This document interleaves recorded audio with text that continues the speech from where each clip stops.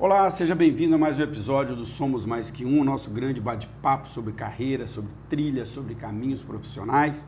A gente deu uma paradinha aí de uns 2 meses para poder acertar algumas coisas no estúdio e depois também arrumar algumas coisas no nosso estúdio aqui do podcast. E agora voltamos com força total, pelo menos 2 entrevistas por semana. E nessa semana eu vou entrevistar aqui uma pessoa muito especial, porque ela vai falar de um tema que talvez seja o tema mais abordado na vida. A Catarine dos Santos vai falar aqui sobre liderança. Eu costumo dizer que quando você entra numa livraria, se você contar a quantidade de livro que tem sobre liderança, e é uma coisa engraçada, né, Catarine? Depois você vai se apresentar, a gente vai falar, mas você às vezes tem a liderança com Jesus, liderança com Maquiavel, liderança com o exército, tudo é liderança, né? E a Catarine vai falar, lógico, sobre a formação de líderes, né, como ocorre o desenvolvimento dos líderes dentro das organizações, que não é algo tão simples assim, é um grande erro que as empresas cometem. Mas antes, eu queria que você contasse quem é a Catarine.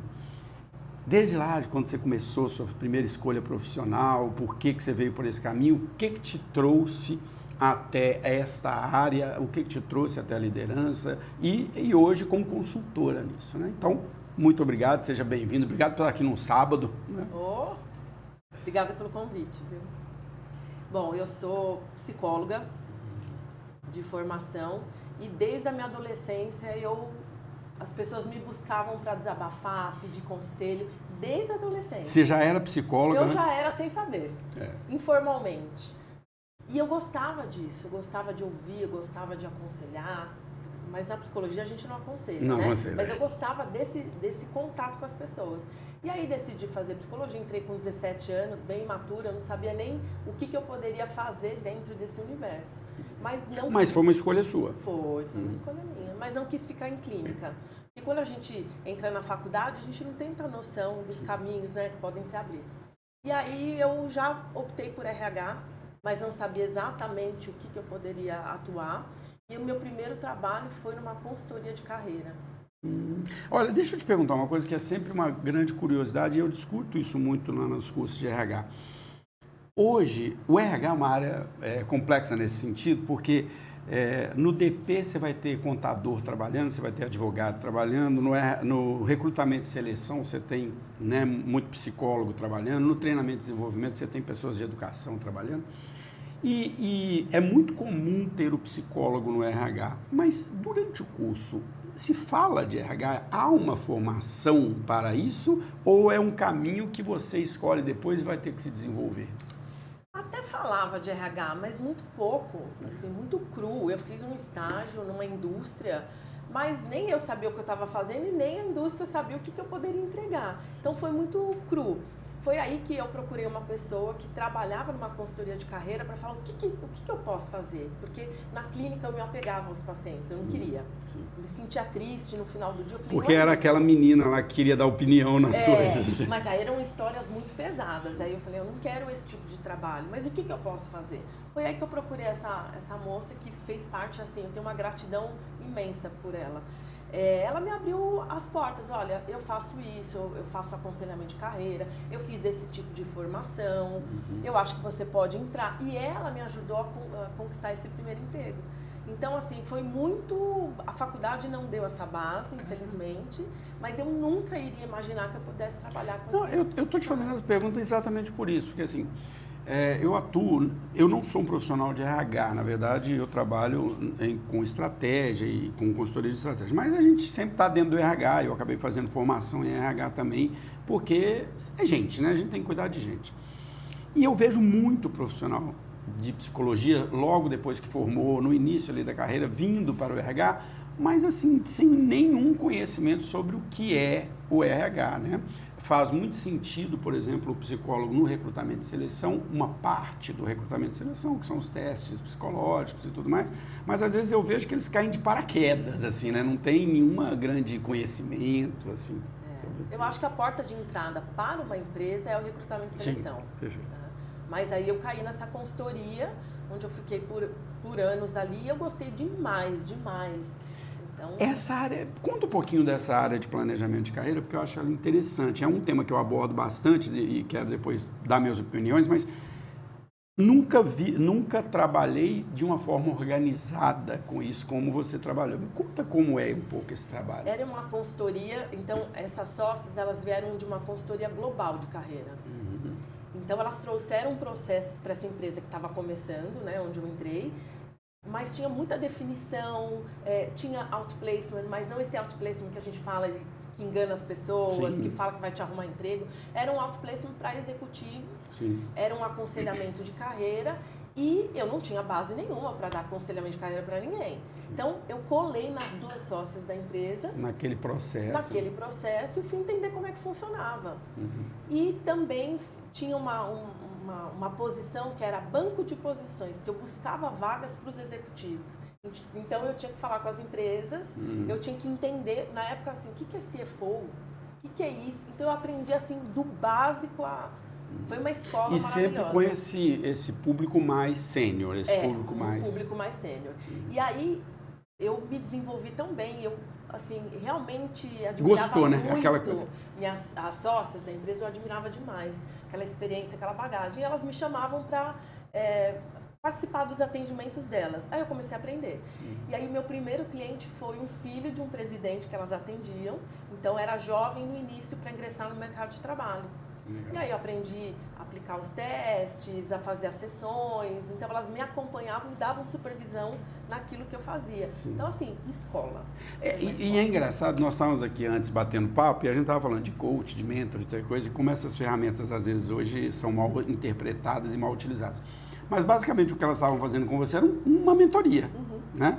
Elas te pegaram, tanto coach quanto mentoria elas estavam fazendo, né? E é muito importante, né, na nossa trajetória profissional, você encontrar pessoas assim, né? Eu também, na minha trajetória ainda na área comercial, tenho uma pessoa que eu devo, né, a minha carreira a essa pessoa, porque era aquela pessoa que eu apanhava muito, mas eu aprendia muito, né? A pessoa te ensinava.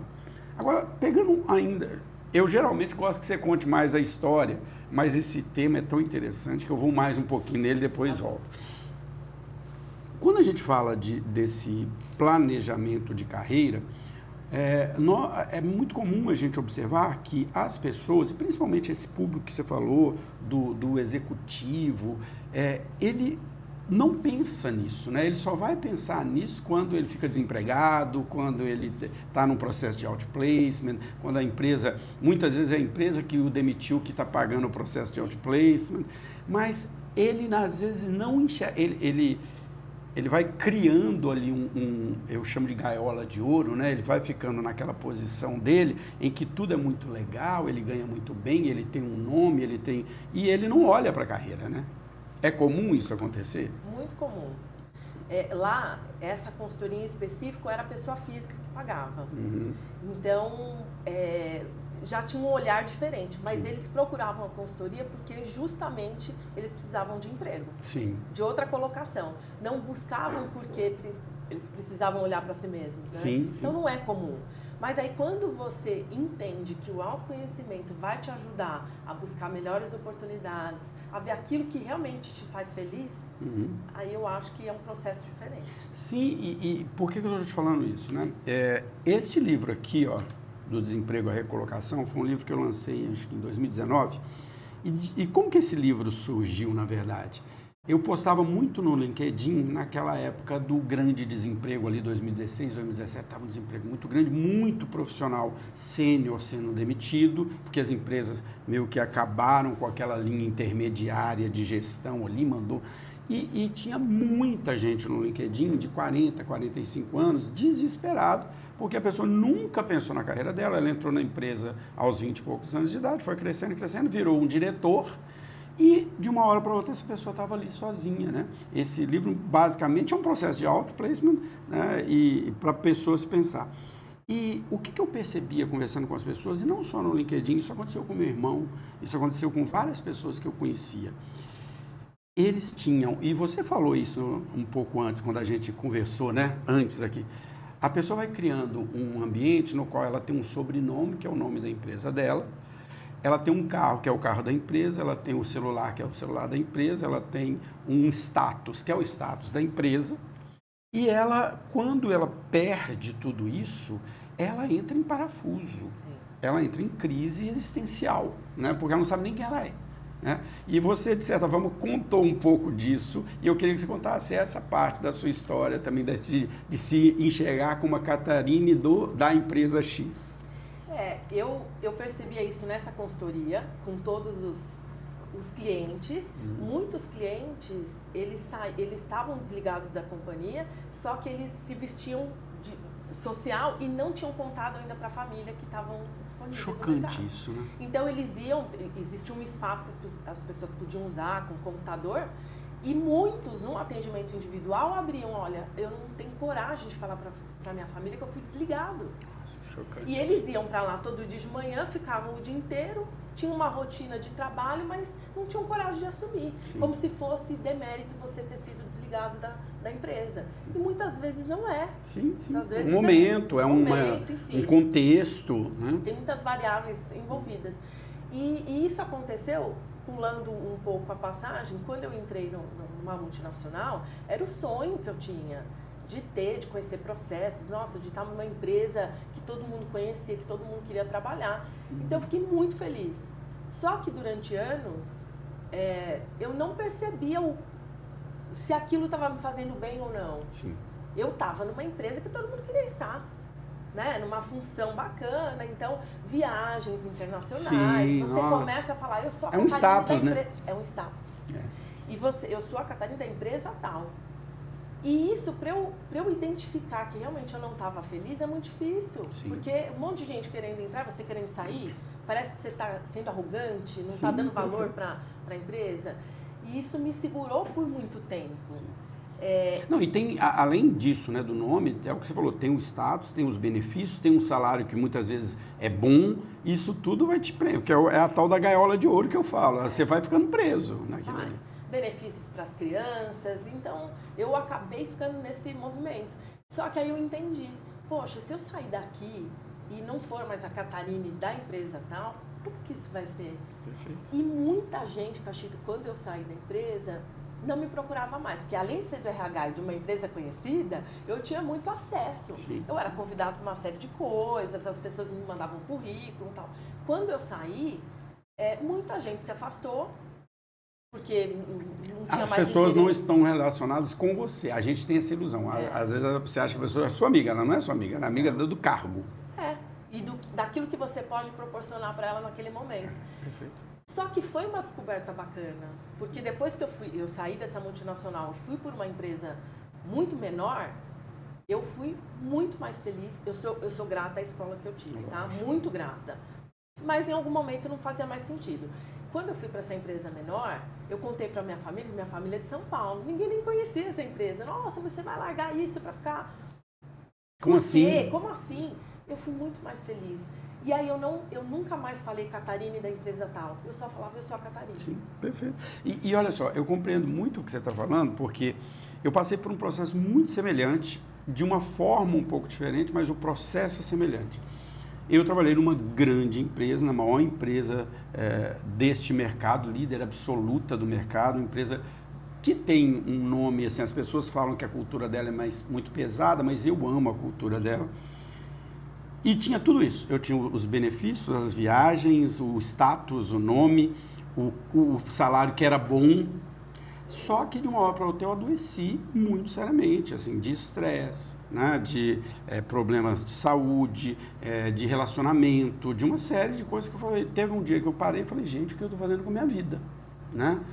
E eu tomei a decisão de sair dessa empresa 5 anos antes de sair dela. Porque eu falei: não vou sair dessa empresa hoje e abrir mão de tudo. Eu vou criar um plano, eu voltei a estudar, eu fui fazer um mestrado, eu fui começar a dar aula para depois fazer essa transição. E assim, minha esposa acompanhou todo esse processo, sempre me apoiou todo nesse processo, mas quando eu falei para as pessoas assim: eu entrei nessa empresa como repositor de supermercado, estou hoje diretor comercial e vou sair desta empresa que todo mundo ama do fundo do coração, todo mundo quer estar, que tem o maior processo de trainee do Brasil, E eu falo, eu tô saindo. Como assim, você é louco? Não aguento mais, eu tô doente. E eu fui ganhar um terço que eu ganhava dando aula, mas é o que você falou, a gente fica feliz, a gente tem outra relação com o trabalho, completamente diferente. Mas há essa ilusão, não é nenhuma ilusão, eu acho que as pessoas têm que ter essa experiência, né? Tem que ter essa experiência de ir para uma empresa grande como você foi também, né? É uma escola, você aprende várias coisas, mas era um ambiente competitivo. Sim. E durante muito tempo eu tentei me colocar nesse lugar. E você vê, hoje eu trabalho muito com autoconhecimento, com a liderança, mas eu talvez não tivesse aplicando esse autoconhecimento comigo. Isso a gente faz. Nós estávamos brincando sobre isso aqui. Nós somos profissionais de comunicação, mas não pede pra gente fazer um vídeo falando que eu estou dando aula ou dando treinamento, porque eu não faço, não sei fazer isso. A gente às vezes não aplica em nós mesmos esses conhecimentos, né? E aí quando eu tive esse clique, eu falei, poxa vida, eu não sou uma pessoa competitiva. Eu não sou. E eu tô me forçando a ser e isso tá me fazendo sofrer. Sim. Eu sou uma pessoa colaborativa. E essa outra empresa que eu fui depois é uma cultura extremamente colaborativa. Eu falei, poxa vida, eu tô feliz aqui. É isso, eu não preciso competir com ninguém para ganhar alguma coisa. A gente colabora e se você for bem legal, eu te ajudo no seu projeto, mas não por um interesse próprio, mas porque eu quero realmente te ajudar. Você falou umas 2 ou 3 coisas aqui que eu quero pegar uns ganchos aqui que eu achei muito interessante. O primeiro, voltando um pouco naquela nossa conversa sobre esse momento de transição que as pessoas estavam passando, você falou uma coisa que eu vi acontecer quando eu estava postando muito no LinkedIn sobre isso, mas você trouxe uma outra camada que eu nem tinha pensado nela. Eu vi muito, e vi com meu irmão, com meus amigos, essa história de, poxa, eu era o tal do banco tal, eu era o CFO do banco tal, eu era tal pessoa de tal coisa, e agora eu não sou. Mas você ainda trouxe algo mais grave, ainda que assim, a pessoa não conseguia assumir isso nem para a própria família. A identidade dela está tão ligada àquela posição. E aí, você como psicóloga, você, neste momento que via essas pessoas, trabalhar com elas, eu acho que você ainda tinha uma outra percepção diferente ainda, né, deste momento, de como as pessoas não entendem quem são, não têm uma identidade própria, né? Eu preciso me apegar no sobrenome da empresa para dizer quem eu sou. Que eu nem sei quem eu sou, eu nem sei se eu valho alguma coisa. Perfeito. Então é um processo de redescoberta, porque falar que ser desligado é legal, não é. Não. A pessoa tem um desconforto, tem um medo, precisa pagar boleto, uma série de coisas. Mas não assumir isso para a família, são 2 sofrimentos, do desligamento e de estar escondendo alguma coisa, né? Então isso é pesado demais. Mas vocês trabalhavam essa parte ou não? Sim. Eu não trabalhava. Eram as sócias, né? E outras consultoras seniors que trabalhavam. Sim. Mas eu pude acompanhar, porque eu perguntava muito. Então acompanhava os atendimentos e via as pessoas depois de um tempo falando com a família, depois descobrindo não é tão grave assim, não é que eu... A família vai apoiar muitas vezes, lógico. Eu não sou quem a empresa fala que eu sou. Porque muitas vezes a gente assume os feedbacks negativos que a gente recebe. E aí você fala, não presto mesmo, não entrego resultado, sou ruim, não sirvo para trabalhar em outro lugar. Então, você está daquele jeito, você não é daquele jeito. E quando é uma empresa que tem uma cultura forte, né, aquela se torna a sua cultura e é até muito difícil depois você se acostumar com outras culturas, né? Muito difícil. Mas é interessante pensar que o que eu vi outras pessoas passando, eu também passei. Sim. E eu acho que nada melhor no trabalho que eu faço hoje, Cachito, eu não falo para a pessoa o que ela deve fazer. Mas é muito diferente eu ter vivido o lugar que ela vive hoje. Sim, então, eu assim, falar que eu dou mentoria para liderança hoje, treinamentos para liderança, mas eu fui líder. Eu sofri, eu fiz coisa errada, eu tive time que eu não consegui gerenciar direito. Então, é muito diferente do que você gerenciar, dar mentoria para líder sem ter sendo uma professora. Crítica, assim. É uma crítica que a gente faz, né, sobre, por exemplo, a questão dos coaches e até da mentoria em alguns casos. São ferramentas fantásticas de RH, são ferramentas importantíssimas no desenvolvimento dos profissionais. Foram pensadas para isso, né? O coach com um objetivo, a mentoria com outro. O grande problema é que esses nomes, coach mais, mentoria menos nesse sentido, eles foram sendo deturpados no mercado. Então a pessoa, às vezes ela não construiu a carreira dela, não tem experiência profissional nenhuma, ela vai no final de semana, faz um curso e acha que virou coach. Só que não é isso, é o que você falou, né? Você viveu o outro lado, você sabe quais são as dores dessa pessoa. Então, ser coach, ser mentor, não é ruim nem nada disso, muito pelo contrário, é positivo, desde que você tenha algo a dizer, né? Tenha algo a compartilhar, né? Porque hoje tudo é fórmula pronta, né? 5 dicas para você ficar rico, 5 dicas para você ter sucesso, e quem não tem base acaba acreditando naquela dica. Poxa, eu fiz tudo e não tenho sucesso, então provavelmente eu não sou bom. E não é assim. O que serve para você não serve para mim. E isso, né, assim, quando a gente fala com as pessoas, isso é muito importante o que você acabou de dizer, pelo seguinte. Alguns dias atrás, eu entrevistei uma professora aqui, a professora Kelly, e ela estuda trajetórias de vida. É um negócio que eu nunca tinha pensado, mas fantástico.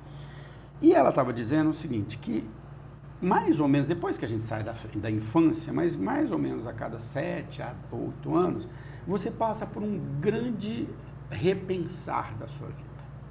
Então, a gente escolhe uma profissão, né, um curso superior, ali pelos 17, 18, mais ou menos, muitas vezes por uma pressão da família, por uma pressão do mercado, pela profissão da moda, aquilo que os seus amigos estão falando, aquilo que o colégio acha que é legal. É raro uma pessoa como você que assim falou, eu escolhi porque eu quis. A sua entrevista é a 135, se não me engano, e eu já ouvi de diversas pessoas isso aqui. Mais de 80% das pessoas que vieram aqui falam assim, eu fiz o curso tal, mas eu não trabalho com isso. Né? Eu fiz essa formação porque meu pai queria, minha família queria, porque era o emprego da moda e depois eu me... Então, você geralmente vai se formar ali pelos 22, 23, 21, 22, 23, e aí você vai trabalhar naquilo, independentemente de você gostar ou não, você vai trabalhar. Só que quando você chega lá pelos 30, que vai dar uns 7, 8 anos, você fala, gente, o que eu estou fazendo na minha vida? Será que é isso mesmo que eu quero? E aí é um momento de grande mudança profissional que eu vivi esse momento, né? O meu questionamento foi aos 30. Eu falei, pô, o que eu estou fazendo na minha vida? Preciso mudar isso aqui, preciso ir para um outro caminho.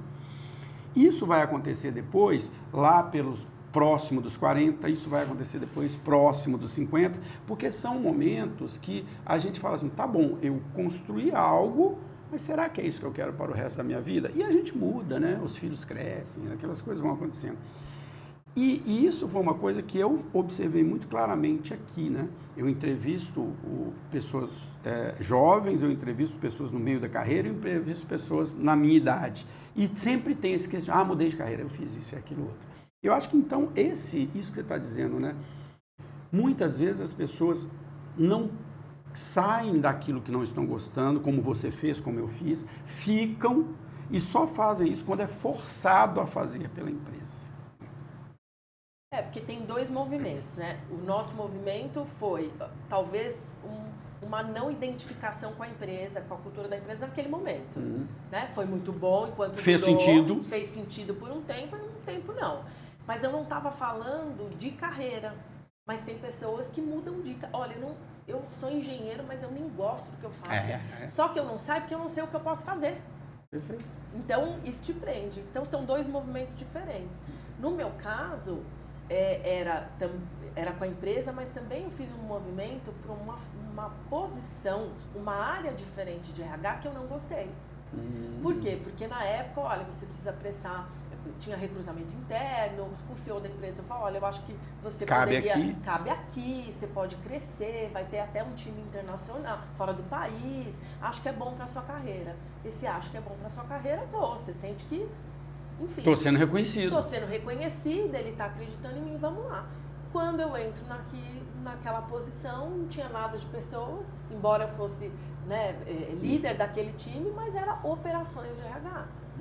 Que é, em outras palavras, o DP. Só que numa escala muito maior, porque atendia outros países. E aí eu eu fui que eu tô fazendo? feliz, o que eu tô fazendo aqui? E eu percebi um movimento que, assim, existe uma cobrança de você entender tecnicamente daquilo. E eu percebi que eu não estava a fim de buscar mais profundidade naquilo, porque eu não estava me identificando, né? Então tudo acaba ficando muito, muito estranho, muito um peixinho fora d'água. E aí entra aqueles outros questionamentos. Tá bom, eu estou numa empresa fantástica, fenomenal, enorme, tem coisa, mas é isso mesmo que eu quero? É isso. Né? Esse processo demorou 2 anos. De eu entender, será que eu estou sendo fraca e não tô pulando fora do barco porque tá apertando para mim? E isso é vendido pra gente, não, você tem que ser forte. É, claro, você tem que aguentar, são desafios da sua carreira. Mas o desafio tava muito... Demais. Demais. Porque um desafio numa área que você está, que você gosta, você até encara. Sim. Mas aquilo tava fora do meu... Eu não era mais reconhecida por aquilo que eu era boa. Quando eu estava no RH, as pessoas me procuravam muito. Eu era referência naquilo. Sim. E nessa posição eu deixei de ser referência. E aí eu entendi que aquilo era importante para mim. Ter profundidade no que eu falava, falar sem dúvida, fazer... Enfim, você tem que ser feliz naquilo que você trabalha. Outro ponto que eu queria pegar, que eu achei muito interessante que você comentou, que é assim... Pegando essa história das trajetórias de vida, pegando tudo isso que a gente está conversando, a sua experiência, a minha, aquela que você teve com o outplacement, a gente hoje, né, passa por alguns momentos de transição de carreira que pode ser simplesmente mudar para outra empresa, mas pode ser mudar de área, pode ser mudar de profissão. Né? É o que eu falo, eu saí de uma área comercial, fui para uma área de educação, depois para uma área de consultoria e a gente vai mudando. Você também passou por isso aí. Você veio do outplacement, você foi para o RH de uma empresa, depois você tem a sua própria empresa, agora falando de liderança. E uma coisa que muitas vezes a gente não entende, e eu vejo isso talvez seja uma das coisas que mais dói para a pessoa que está passando por esse processo de transição, assim, ele se acha importante. Por quê? Porque o cargo dele é importante. Então, eu era diretor de uma empresa, todo mundo puxa meu saco, todo mundo quer me conhecer, todo mundo fala comigo, todo mundo é agradável comigo e tudo mais. No dia que você sai da empresa, você não tem essas relações mais. Vão ficar algumas, lógico, as verdadeiras, aquelas que são reais, vão ficar, não vai perder tudo. Mas toda vez que você muda principalmente de carreira, não só de empresa, mas de carreira, você tem que começar do zero. Do zero. Você vai começar do zero. Eu estava te contando isso aqui antes, né? Eu fiz toda uma carreira em consultoria, em treinamento em São Paulo, morando em São Paulo, depois fui para outras cidades com a consultoria.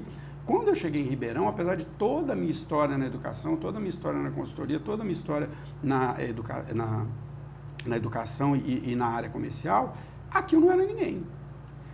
O podcast ele foi criado por 2 motivos. Primeiro, meu filho estava no momento da escolha profissional, ele agora vai fazer o vestibular, e eu via os amigos dele se questionando muito o que eu quero fazer da vida, então um dos objetivos é falar de carreiras, né, de quais são as carreiras possíveis, e o segundo eu precisava fazer network. E eu entendi o seguinte, que aqui em Ribeirão eu não sou ninguém, eu tenho que começar do zero, eu tenho que conhecer pessoas novas.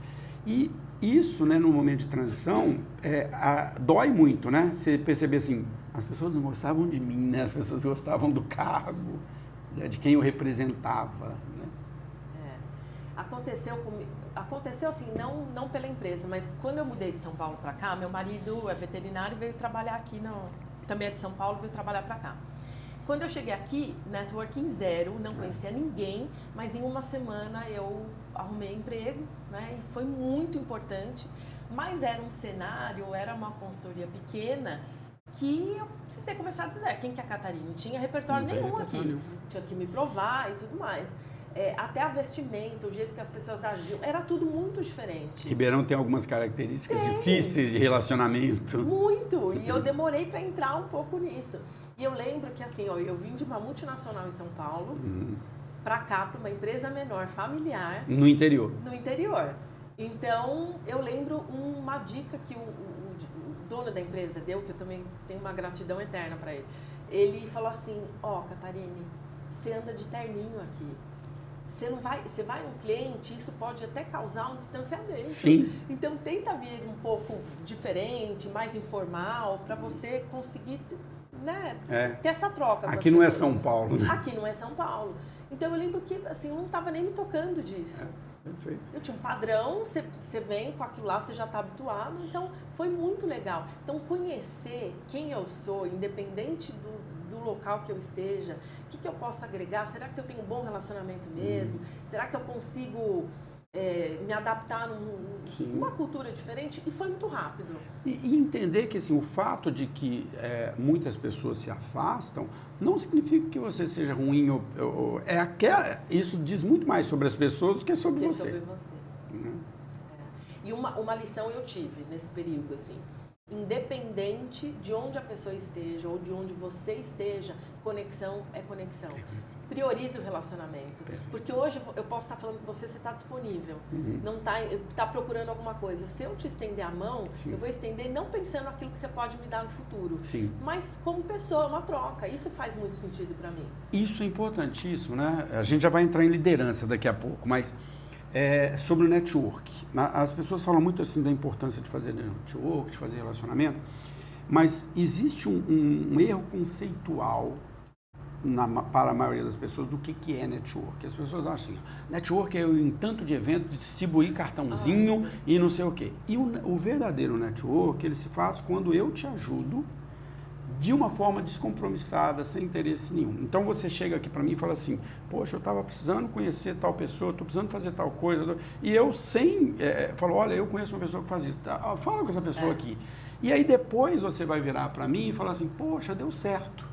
Eu não preciso falar nada. Você agora está se sentindo em débito comigo. Próxima vez que eu precisar de alguma coisa e eu te procurar, com certeza você vai atender. Mas esse network só faz quando você se preocupa com as pessoas, né? Em unir as pessoas. Quando a gente fez esse evento ali do Somos Mais que 100, muitas pessoas que eu fui conhecendo nessas 100 primeiras entrevistas, eu falei assim, olha, você precisa falar com essa pessoa, porque essa pessoa aqui é legal, tem a ver com você isso aqui. A Roberta que está aqui, ela conheceu uma pessoa lá que depois ela fez negócio com essa pessoa, e vários negócios aconteceram como esse. Aqui nesse final de semana, quando você veio aqui na abertura da Bespoke, algumas pessoas que se conectaram aqui já estão fazendo alguns projetos juntos. Então, isso é um network verdadeiro, né? Não é quando você força ele, né? Ele tem que ser genuíno, tem que querer te ajudar, querer te conhecer. Quantas pessoas, esses eventos de network eu acho muito engraçado, porque você dá o cartão, você nem sabe o que a pessoa faz. Fala assim, distribuir 40 cartões. Mas você fez relacionamento com quantos? Porque tem que passar por uma afinidade, você tem que ter alguma conexão com a pessoa, tem que ter calma.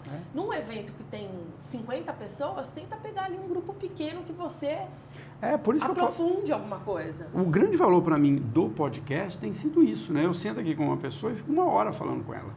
Isso aí é uma coisa raríssima hoje, né? Vamos para a liderança? Vamos. Então, assim, você hoje, a sua atuação é na formação e no desenvolvimento de líderes. E primeiro eu queria que você falasse um pouco de liderança, porque é um assunto tão complexo, né?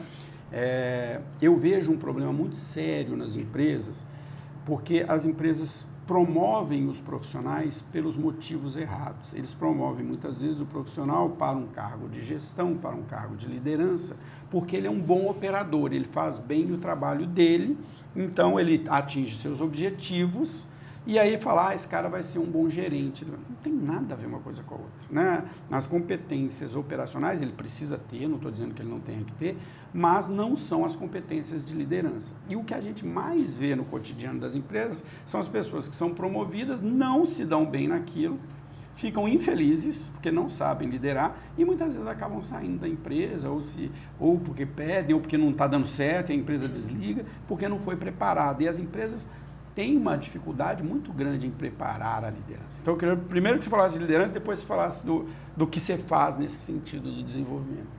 É muito comum isso que você falou, a gente ser promovido pelo aspecto técnico, mas não tem habilidade nenhuma ainda com liderança.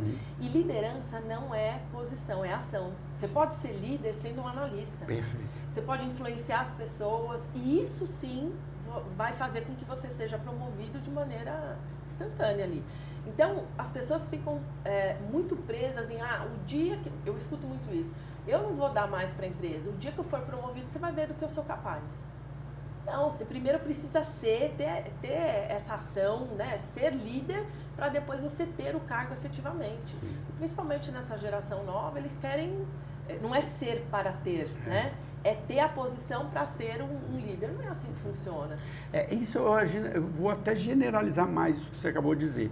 Hoje eu vejo muito uma postura assim, eu não vou fazer isso porque não está na minha descrição de cargo. Mas peraí, para você aprender algo, você contou, você estava lá fazendo banco de talentos, mas você ia lá participar das reuniões, das entrevistas, e assim que você aprende, né?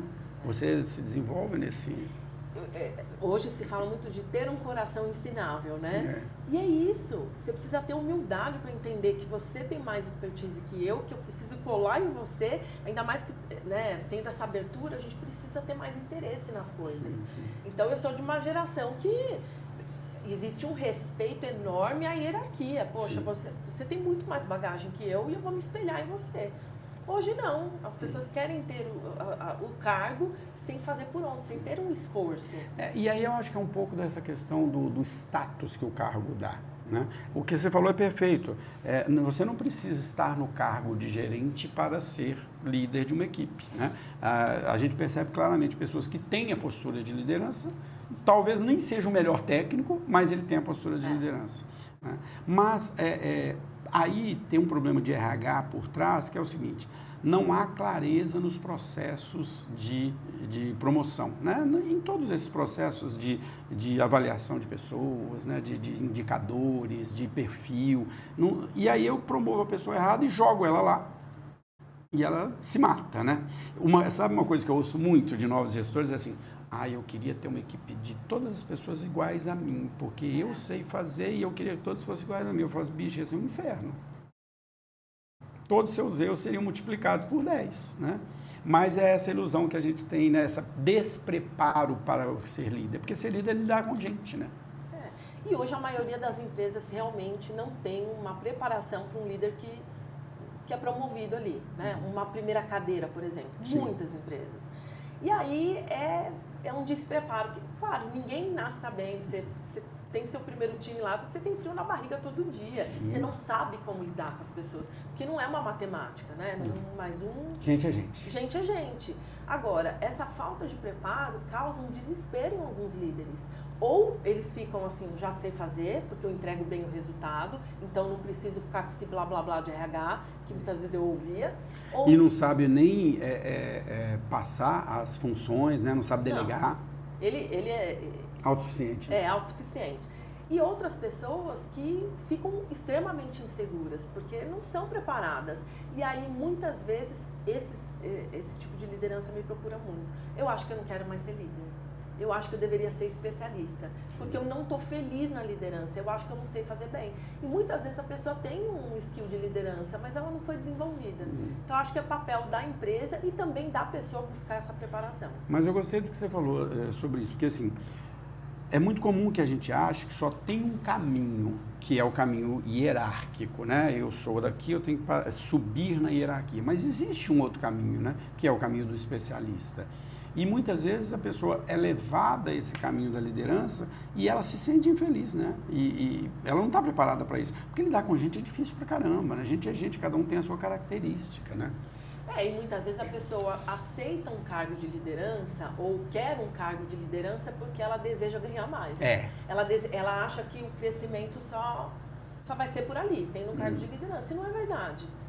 Então, eu acho que aí entra o autoconhecimento. Será que é isso mesmo que eu quero? Porque você, quando tem um time, você não passa mais só cuidar do seu. Você precisa se preocupar com a gestão das pessoas. E aí que eu acho que talvez entre a competência de liderança que falta em muitos líderes, eu acho que é isso que você trabalha, que é entender que a liderança não é dar ordem, nem definir o que tem que ser feito, mas entender como as pessoas são e como são os relacionamentos entre o grupo, né? Um papel muito importante do líder é estabelecer e manter as relações entre as pessoas que estão dentro daquela equipe e também das outras equipes, né? E eu acho que tem líder que adora fazer uma competição entre as pessoas, né? E isso, de certa maneira, um nível adequado é bacana, porque tira as pessoas saudável, né? Tira as pessoas da zona de conforto. Mas isso, quando fica um pouco acima do normal, gera um desconforto entre as pessoas, gera uma competição e eu estou muito mais preocupado com o meu ego de fazer mais do que você do que efetivamente bater enquanto empresa, enquanto time. Uhum. Então, eu acho que isso não é saudável. Isso eu vim de uma cultura extremamente assim, né, que eu não tenho problema nenhum de falar o nome da empresa, eu trabalhei na Ambev muitos anos, que é essa cultura da competição. Ela estava em todos os aspectos, né, até mesmo na política de remuneração ela estava. Então, era essa cultura da competição extrema mesmo. Nem todas as pessoas aceitam isso. E também não faz sentido durante muito tempo na sua vida, não. Faz sentido durante algum tempo. Agora, me conta, o que você faz hoje, então, nesta área de liderança? Qual a sua atuação? Que você veio lá do outplacement, você passou, né, por uma área que você falou mais operacional, depois numa grande instituição, numa grande organização, e agora? Passei no desenvolvimento de pessoas. Toda essa trajetória que eu tive, eu sempre fiz desenvolvimento de pessoas. E em um dado momento, eu trabalhava só com líderes que me procuravam e que eu fazia mentoria informal dentro da empresa. Então, procurava, Cato, olha, eu estou com dificuldade com o meu time, eu não sei como agir e tal. Então, de maneira individual, eu tinha esse trabalho dentro já da multinacional e também treinamento para todos os líderes também. Então, estava presente. Num dado momento, quando eu fui para a última empresa, depois que eu saí da multinacional, eu fui para uma empresa e eu criei programas de desenvolvimento de liderança, programa de estagiário, programa de mentoria, né, dentro da empresa ali. E foi aí que eu falei, é isso que eu gosto de fazer, isso que eu me identifico e eu acho que eu dou resultado. E aí eu acabei abrindo minha consultoria faz 4 anos, onde eu dou treinamentos de liderança. Quando eu falo treinamento, é mais programas de liderança, né? Que é um ponto importante para a gente discutir daqui a pouco. É um ponto importante, né? Porque às vezes a empresa me procura para fazer um treinamento, uma palestra. E isso não muda o comportamento de ninguém. É um dia motivacional que você vai adorar, vai falar, nossa, maravilhoso. Pílula motivacional? Pílula motivacional. Fiquei 8 horas no treinamento, gostei, mas na segunda-feira você já não consegue aplicar nada do que eu falei. Porque a gente não lembra. Então, e é comportamental, né, a liderança? É comportamental. Você precisa dar um tempo para a pessoa digerir o que você falou, entender como ela aplica na prática, para ela ter uma mudança efetiva de comportamento. Então, hoje eu faço programas de liderança para empresas e mentoria individual para pessoas e grupos. Uhum. Esse é meu foco de trabalho. E aí essas pessoas, são elas que te buscam ou a empresa que te direciona essas pessoas? Os dois. Uhum. Os dois. Na empresa, o programa de treinamento, eles definem quem vai entrar, né, da liderança, geralmente é toda a liderança. E na pessoa física, a pessoa que entende que precisa desenvolver algumas competências, que quer buscar mais, talvez, satisfação, né? Porque tem uma hora que você está fazendo pela obrigação. Sim. Né? Que você quer sair, não sabe se tem perfil de líder ou não. Eu tenho muitos casos assim. Então, eu pego esses dois públicos. Agora, me diz uma coisa.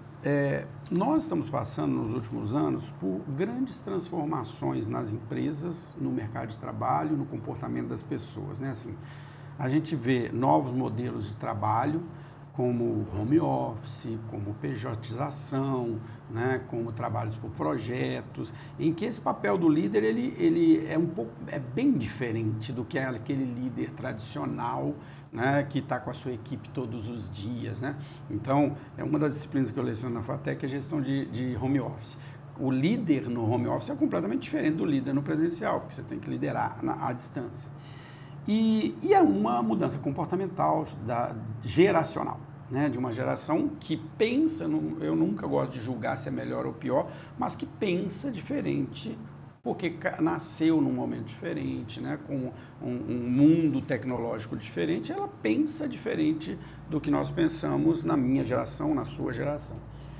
E quais são os desafios que você vê hoje na liderança, assim, que são diferentes do que tinha antes ou intensificaram alguns desafios da liderança? Bom, eu acho que um tempo atrás você tinha todo mundo no mesmo local de trabalho, né? Então fica, eu não vou dizer que é mais fácil, mas mais fácil porque você está aqui, eu consigo te gerenciar melhor. Ou então eu acho que eu tenho mais controle com você na minha frente, né?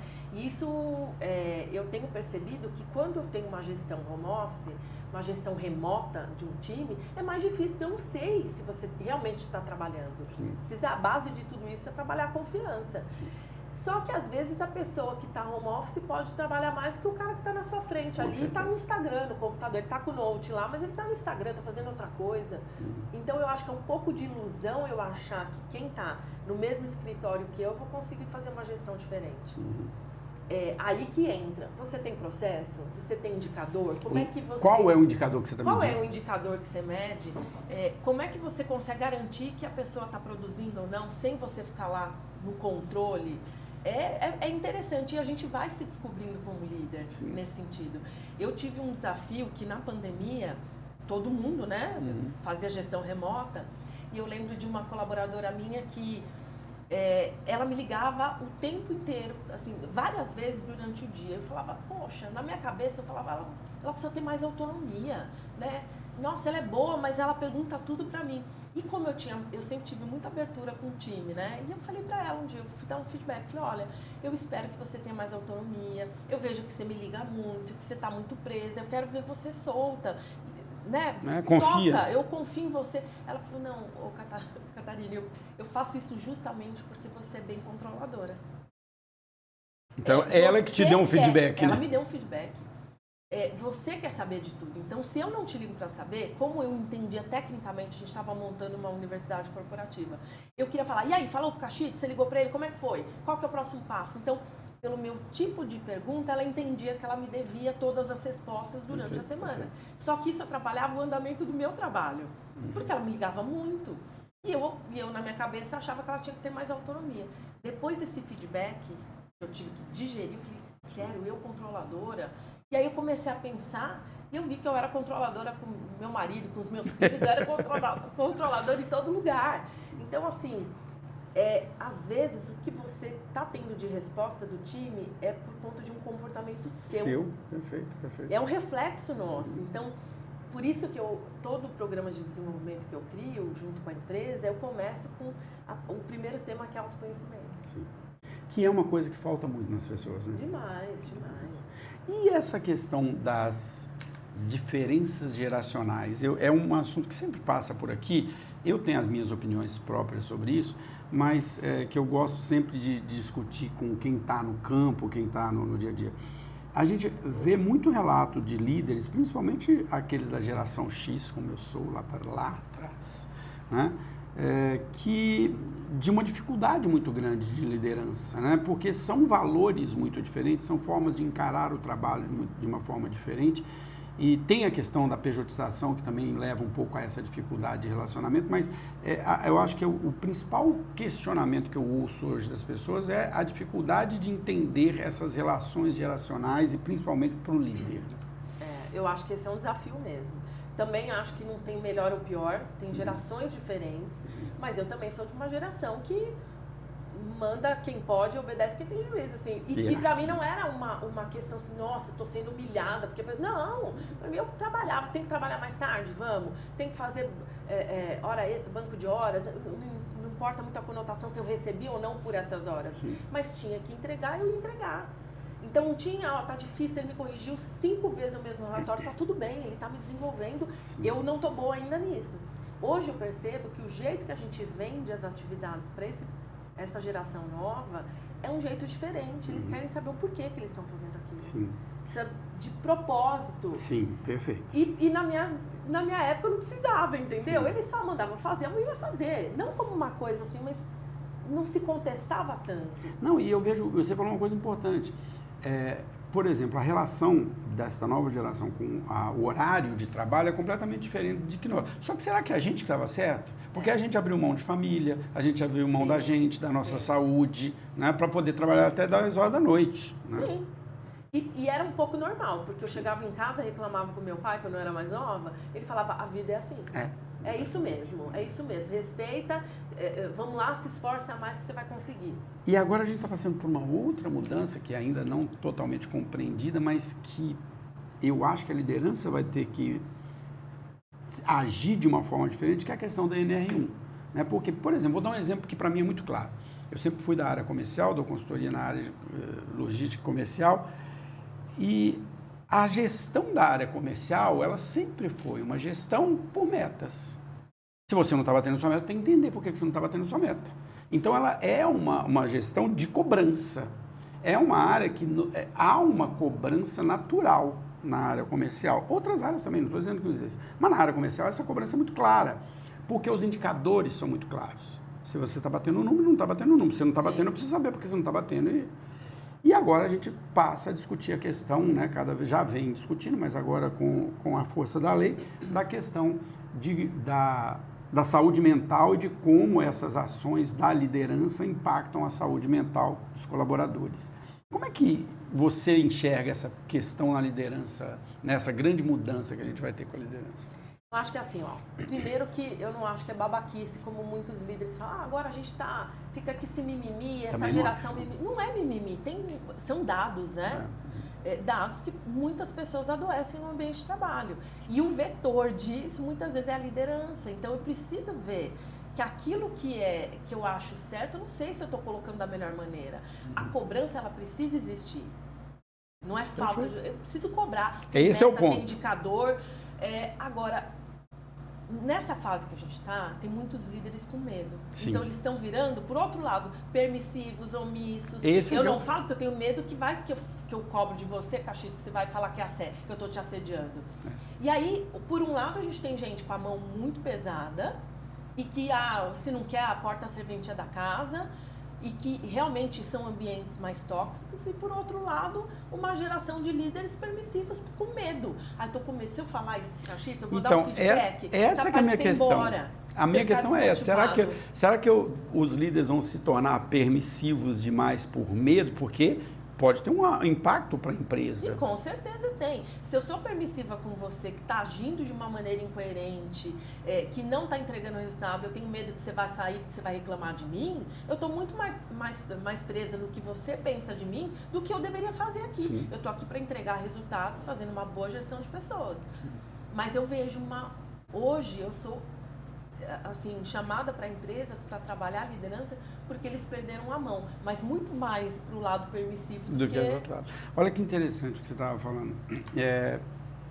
Uma das empresas que eu dou consultoria, a gente tem duas equipes comerciais completamente diferentes, né? Uma interna de pessoas mais novas, com pouca experiência, bem geração Y mesmo, geração Z mesmo, e uma de pessoas mais antigas que estão na empresa há 20 anos. E o líder é o mesmo. E eu converso com ele isso há bastante tempo, falo, você não pode ser tão pesado como você é aqui, né? E vira e mexe, aqui a gente tinha problema de saúde mental. Muitas vezes nós já tivemos, tanto que as pessoas que dão consultoria para a gente de RH, vira e mexe, fazem algum trabalho com eles lá. Mas, por incrível que pareça, porque tem outros aspectos, não é só a liderança, né? Tem o mercado, tem o concorrente, tem a vida acontecendo à sua volta.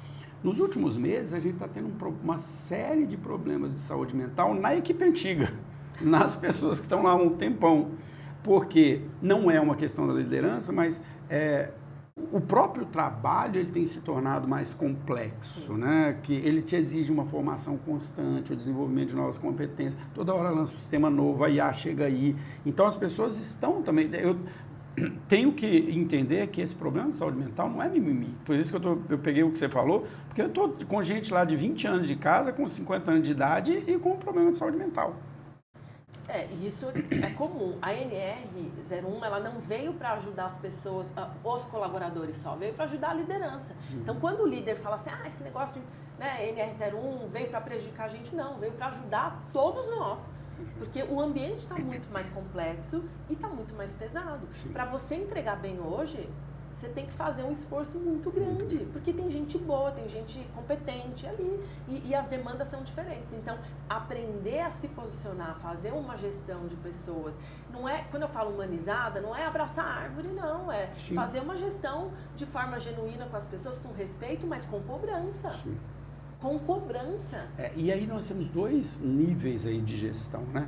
Você tem aquele gestor de mais ou menos aí hoje 35, 40 anos, que é uma geração Y ali, já tem uma forma de pensar um pouco diferente, mas que foi educado profissionalmente pela geração X, então aquilo que você falou obedece, essas coisas.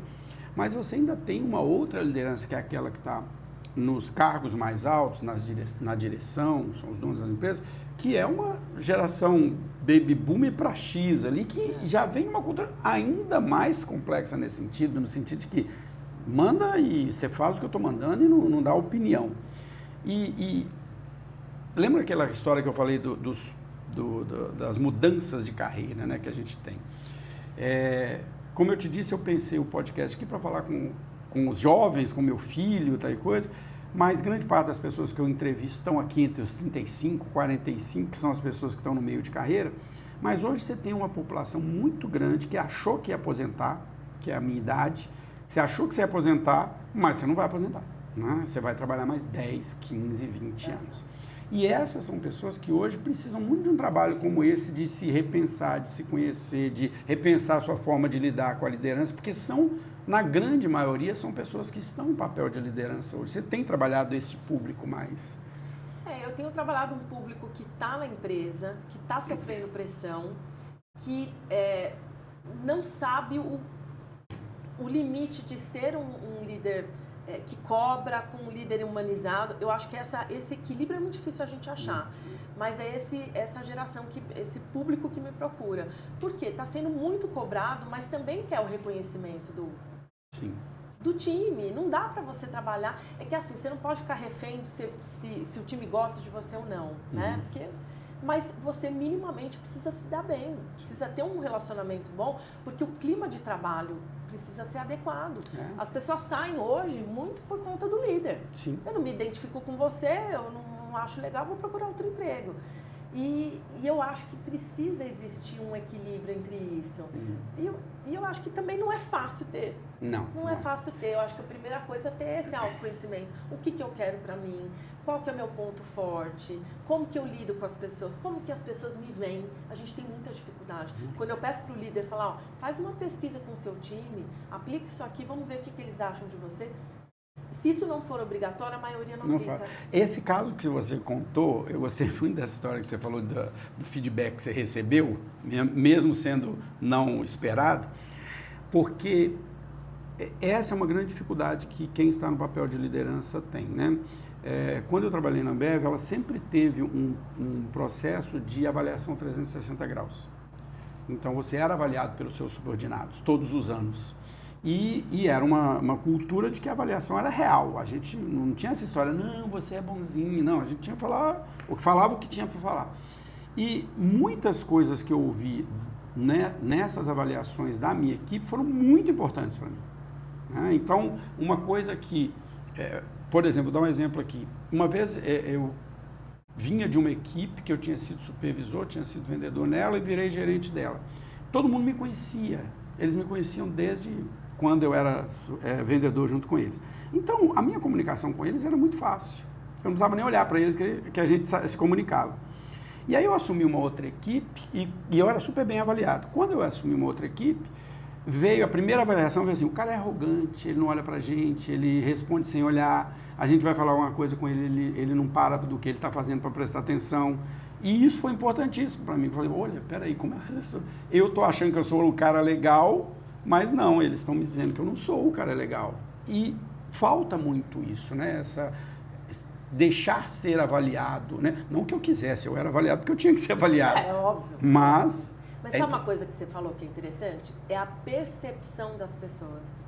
E isso eu tenho que levar em consideração. Eu posso me achar a pessoa mais simpática do mundo. Você pode não achar, mas é uma percepção sua. Eu vou ficar teimando com você. Não, mas eu sou, né? Eu sou aberta, eu estou presente. Não, é a sua percepção. E eu tenho que levar isso em consideração e dizer assim, se meu time está me vendo como arrogante, que tipo de comportamento que eu estou tendo? Que eu estou tendo, exato. Né? E assim, às vezes a gente não percebe. E essa humildade, eu acho que a gente perde um pouco quando a gente vai subindo de cargo. Porque eu lido com a primeira liderança dentro de uma empresa até a diretoria. Eu vejo que os mais humildes são as pessoas que estão iniciando agora. Sim. Ah, olha, me ensinam, eu não sei, fazem perguntas, eu preciso aprender isso, eu preciso estar mais... Isso é muito interessante, por isso que elas sobem. Agora, quando eu estou num cargo lá como diretor, eu não me permito fazer uma pergunta, eu não permito mostrar para alguém, não dou espaço para dizer assim, eu não sei fazer isso. Eu vou falar de feedback numa sala, todo mundo, isso eu sei. O fato é, não é o conhecimento que você tem sobre o feedback, o fato é, você aplica no dia a dia? Você tem dado feedback efetivo para o seu time? Você tem usado isso como uma ferramenta de desenvolvimento? Não é falar, eu sei, eu não sei. Sei, mas não faço. Eu sei, mas não faço. Então, quanto mais alta a posição for, mais difícil eu tenho dificuldade de entrar nessas posições. E aí entra um pouco, né, aquele conceito da janela de Johara lá, de como a gente se vê, como as pessoas percebem a gente. Isso não é só no trabalho, não. Vou dar um exemplo de uma coisa muito real na minha vida. Eu falo para caramba. Eu dou aula 8 horas por dia, eu converso com as pessoas, eu sou extremamente comunicativo. Só que chega no final de semana, eu estou cansado de falar. E eu estou meio cansado de gente também, porque eu vi muita gente. As pessoas que convivem comigo na minha casa, na minha família, nos meus amigos, que vão lá em casa no final de semana, têm uma visão de que eu sou calado, que eu sou quieto, Sério? que eu não dou papo para ninguém, que eu fico isolado no meu canto. E aí a minha esposa falou assim, não, ele fala pra caramba, mas é porque ele está cansado. Então, cada grupo, cada lugar que você está, as pessoas te percebem de formas diferentes. E a gente tem que ter essa consciência de como eu sou percebido também, né? Na empresa, por exemplo, você é percebido de uma forma pela sua equipe, você é percebido de outra forma pelo seu chefe, você é percebido de outra forma pela equipe de outra área. E a gente precisa trabalhar um pouco isso também, né? Isso é importante, porque muitas vezes a pessoa fala, olha, não, eu sou uma pessoa super aberta, pode perguntar para quem for, pergunta para minha família, os meus amigos. Não, mas na empresa, às vezes, a sua postura é diferente, você não está percebendo. Então, eu acho que é o maior choque, por isso que eu começo sempre com esse tema, da pessoa perceber que está tudo bem você ter oportunidades de desenvolvimento, não é um demérito, a não ser que você realmente olhe para aquilo e queira melhorar. Porque a gente nunca vai ser perfeito, ninguém vai te dar 10, todo o time vai te dar 10, vai ser maravilhoso, mas o que você tem feito? Repensar a maneira que você se posiciona, a maneira que você busca resultado. Quando você recebe a pressão, como é que você faz com o time? Eu falo que o líder, né, principalmente aquele de meio ali, ele é ao mesmo tempo uma mola, porque ele não pode passar todas as pressões de cima para baixo, nem as de baixo para cima. E ele é um filtro também, ele não pode, tudo que é falado aqui em cima ele não pode passar para cá, nem tudo que é falado aqui ele pode passar para lá. E tem uma outra coisa da liderança que eu acho que às vezes a gente não trabalha bem nas empresas, que é o seguinte: mesmo que ele não queira, todas as suas ações estão sendo avaliadas. Uma coisa que pode parecer radical, mas que eu aprendi, né, nessa grande empresa que eu trabalhei, é a seguinte, né? Vai ter festa de final de ano, vai ter churrasco na empresa? Vá. Cumprimente todo mundo, fale com todo mundo e vá embora. Por quê? Porque as pessoas vão ficar bêbadas, vai dar confusão, vai ter gente que vai cantar a gente, vai ter gente que vai brigar com a gente e você não tem que fazer parte disso, porque se você fizer parte disso, no outro dia você não pode tomar uma ação contra as pessoas. Aí todas as vezes que eu falo isso para alguém que eu estou desenvolvendo, a pessoa fala assim, ah não, mas que isso, eu sou legal, eu tenho que passar, tá bom, vai lá. Aí passa umas 2 ou 3 festas, a pessoa chega para mim e fala assim, devia ter feito o que você falou. Mas não eu sei que é meio radical o que eu estou dizendo, mas o que eu estou dizendo é o seguinte, todas as suas ações como líder serão avaliadas, então você tem que tomar um cuidado também com a forma como você faz as coisas. É interessante você falar isso, porque eu não sei se é radical, mas eu tenho a mesma opinião. Festa de empresa, você pode até tomar sua cervejinha, mas lembre-se do papel que você tem lá. Você até se diverte, tá, mas tem um limite. Porque as pessoas estão vendo, tá todo mundo bebendo, mas você como líder, você representa alguma coisa ali. Então, no começo da minha carreira, eu lembro que eu tinha uma necessidade de agradar as pessoas, né? Eu estava primeira liderança, eu quero que você goste de mim, eu quero, né, encantar. Então, as pessoas iam na minha casa, a gente saía para churrasco. E aí, com o tempo, quando eu entrei na multinacional, eu comecei a entender o jogo, como que acontecem as coisas, eu via que uma líder minha, ela ninguém ia para casa dela. Ela tinha um relacionamento excelente com as pessoas, mas de maneira profissional. Sim. E aí ela falou, eu falei, olha, vai ter aniversário de fulano de tal, você vai? Ela falou assim, eu só vou se eu conseguir ir no aniversário de todo mundo. Eu não convido ninguém para minha casa se não for o time inteiro. E aí eu comecei a amadurecer enquanto líder, sim, porque eu tinha muito, sendo do RH, eu tinha muitas reclamações de compliance. Por exemplo, a pessoa tal foi promovida porque é amiga do chefe. Do chefe. Mas por quê? Como que você sabe disso? Porque é só você olhar no Insta dele, eles dois estão sempre juntos, estão em churrasco e tal. Ou seja, as pessoas estão sempre te avaliando. Sim, sim. Então, tenha cuidado com isso, porque realmente quem não tem mais informação acha que você promoveu porque você é amigo da pessoa. Você sabe que, assim, depois que eu saí de empresa e dou consultoria, e você como consultora você deve perceber isso também, é que a minha consultoria é diferente. A minha eu entro para dentro da empresa e fico muito tempo dentro da empresa, é um pouco diferente nesse sentido. Isso é ainda mais agravado, assim, eu como consultor, eu realmente não posso ter nenhuma relação, porque se eu tiver que mandar um diretor embora, eu vou ter que mandar um diretor embora, né? Criar o processo para isso.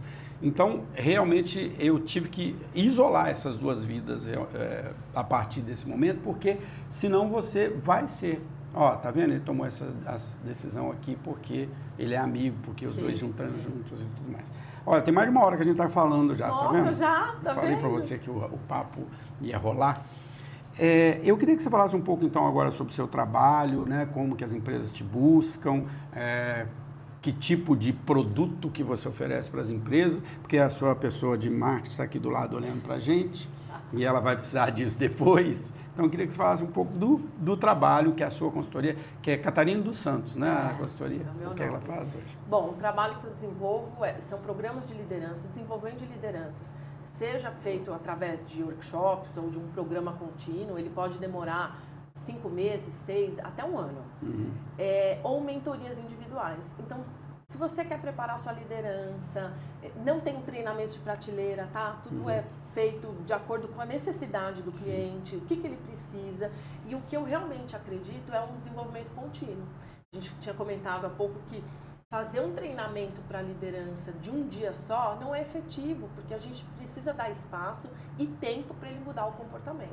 E quando eu tenho um programa mais extenso, eu consigo trabalhar com ele as dificuldades que ele tem tido. Então, se eu dou um workshop sobre feedback, sobre desenvolvimento de pessoas, um plano de desenvolvimento individual, eu dou tempo para ele aplicar isso com a equipe, trazer as dificuldades na próxima sessão e a gente debater o que foi legal, o que não foi, o que a gente pode melhorar em diversos segmentos. Então, esse programa eu acho que é legal a gente conectar, eu estar lá a cada 15 dias, eu dar tarefas para eles fazerem, entre uma sessão, entre um workshop e outro. Isso realmente, ao final de um ano, a pessoa mudou a mentalidade, mudou a forma que ela tem de se relacionar com o time. Isso é um grande erro que as empresas cometem, às vezes, quando se pensa em treinamento, porque as empresas acham que, talvez para um treinamento técnico, operacional, faça sentido o treinamento. Coloca todo mundo aqui, vou ensinar como é que usa o sistema. Mas quando você pensa em qualquer treinamento comportamental, seja de liderança, seja de relacionamento, seja de atendimento, seja de qualquer coisa, não é um dia, né? É uma mudança comportamental, é algo... Bom, para a última pergunta. A gente falou aqui, né, sobre essas mudanças que nós estamos passando hoje no mercado, a questão da pejotização, a questão dessa mudança geracional, a questão de novos modelos de trabalho, do home office, e a gente percebe que há uma intensificação muito grande desses processos, né? Hoje, as redes sociais falam que não é legal mais ser CLT, que você tem que ser empreendedor, que isso, aquilo, outro.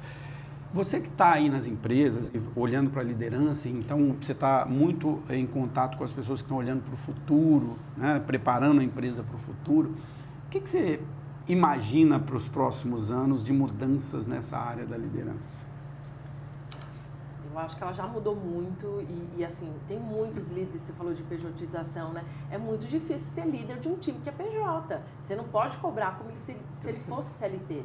Então, volta para o que está alinhado. Alinhamento e expectativa é a coisa mais importante que a gente tem como liderança. Sim. O que eu combinei com você? O que está no seu contrato? Seja ele CLT, seja ele PJ. Então, a preparação do líder, ela precisa ser constante.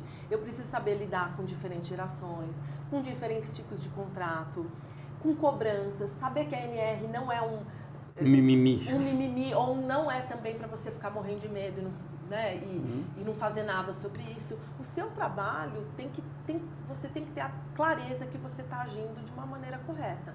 Cobrando, fazendo a gestão do time, seja ele remoto ou não. Então, acho que esse preparo é a coisa que a gente mais precisa ter. Legal.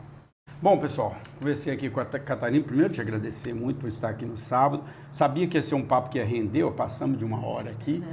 E liderança é um tema, né, que, assim, todo mundo, de certa, em algum momento da vida, se preocupa com isso. Porque a gente falou da liderança organizacional aqui, mas liderança ocorre em várias áreas da nossa vida, né? No seu trabalho comunitário, na sua família, né? Nas suas relações com as pessoas, sempre tem o aspecto da liderança no meio. E eu achei muito legal porque a gente acabou falando de outras coisas, falando de carreira bastante. Ela já tinha me passado essa experiência dela com a questão de aconselhamento de carreira, né? De direcionamento de carreira, mas aprofundamos isso aqui, que é um assunto que eu gosto bastante, podíamos até falar mais disso aqui. E o nosso bate-papo é sempre sobre isso, é conhecer as histórias das pessoas. Eu acho que a história ela enriquece muito, mas também discutir esses temas que estão bem atuais e que têm a ver com o nosso cotidiano profissional. Então, quero te agradecer. A entrevista da Caterine vai estar tanto no nosso YouTube quanto no nosso Spotify, que estava com um probleminha, a gente está arrumando o nosso Spotify, e também nas redes sociais, os cortes, diversos cortes, para que a gente possa discutir esse assunto. Então, muito obrigado e até o nosso próximo encontro.